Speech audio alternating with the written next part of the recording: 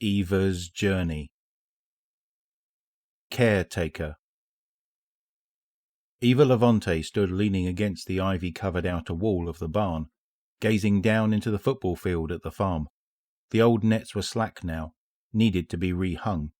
No one came by who cared enough to restring them, and the farm's current inhabitants were not the sporty type. Beyond the field were the rolling hills of the European dead zone, and on the horizon the twisted, ruined spur that was the shard of the traveller. Her first days back on her feet, recovering from the attack at the apartment, she'd stared in wonder at that view. Now she watched the clouds idly roil and collect around the shard, bored. Eva smiled and shifted her weight off the wall and onto the carved cane that kept her upright. To think after everything that had happened, she could be bored. Her first days at the farm had been a whirlwind of medical treatments, rushed through by attendants already on their way out as she was coming in. It had been the final days of the Red War, a major operation planned to retake the city. One old woman coming in from the underground was a low priority, and in the commotion even the old friend she'd hoped to see had missed her. Now she was alone, or mostly alone. She turned her head to see the cryptarch Tyra Khan chattering away with the farm's postal frame. With primary operations returned to the city, Darby had become Tyra's unofficial research assistant. Together they continued to study and examine humanity's history through the lens of the dead zone, a sideline from the turmoil at the tower Tyra was apparently only too happy to claim. The scout, Devrim, came by once in a while for a chat as well. When he was feeling cheeky, he referred to their little group as the Old Hands Club, usually smirking over the top of a cup of tea. Both still had official jobs to do, of course, and they took their roles very seriously. Eva was at the farm very unofficially. Her role at the tower had never been one vital to operations, of course, but no one had rushed to ask her back to the market either.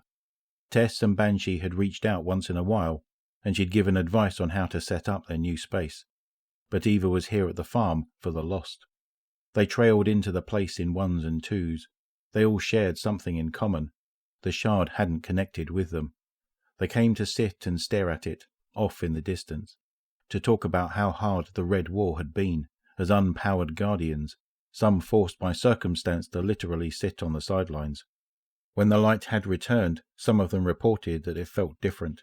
It sat under the skin like a suit that didn't quite fit anymore. A diminutive exo-woman was one of the pilgrims Eva remembered most clearly. She hadn't even known they made exos that short. The woman shifted and twitched as she talked, unable to calm herself. At the mention of the light fitting differently, a statement she'd heard a lot of guardians make, Eva asked the same question she always did. So does that mean the light is different now? Or are you? The exo stopped and narrowed her eyes, thinking. She was stock still for the first time since arriving at the farm. That was usually how it went. Sometimes asking the question was all it took to get them sorted out. Others took a lot longer, sometimes spending weeks at a time at the farm just doing as Eva was, staring up at the shard. Some came to the farm, found no answers, and left on foot, walking toward that great landmark on the horizon.